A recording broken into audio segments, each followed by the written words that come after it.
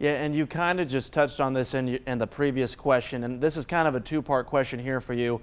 What do you wish we as a country would have done differently to battle this pandemic? And do you believe political struggle between parties hurt our response to the virus?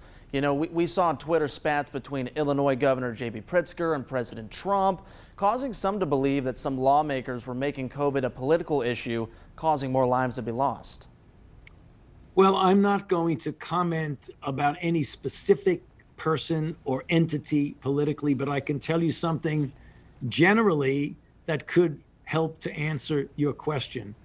I think anybody who's been watching what goes on realizes that we in our country, unfortunately, are living in a very divisive period, extremely divisive, to the point that it has led to the kind of violence that we saw last week. That is very troubling. When you're trying to address a global pandemic that's throughout our own country has devastated to the point of having really unprecedented deaths, hospitalizations, the worst we've seen in 102 years since the 1918 influenza pandemic, that when you have divisiveness and things get mixed up with political ideologies, that is never a good thing when you're trying to fight a pandemic. Everybody needs to be pulling together.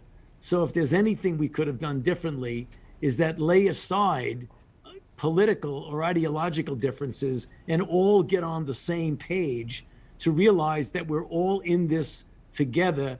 And the only way we're going to get out of it is by getting out of it together as a unified nation.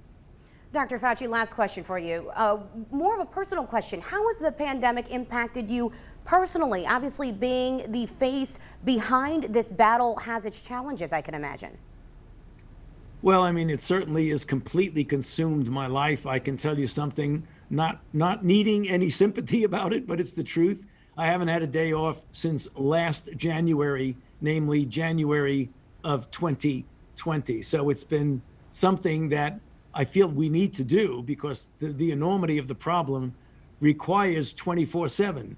And that's what I and many of my colleagues have given to it 24/7. So it's been exhausting. The thing about it that has underscored this divisiveness that we're talking about is that I've experienced what some others have, is threats upon my life and harassment of my family, including my wife and my children, by people who disagree with my public health message.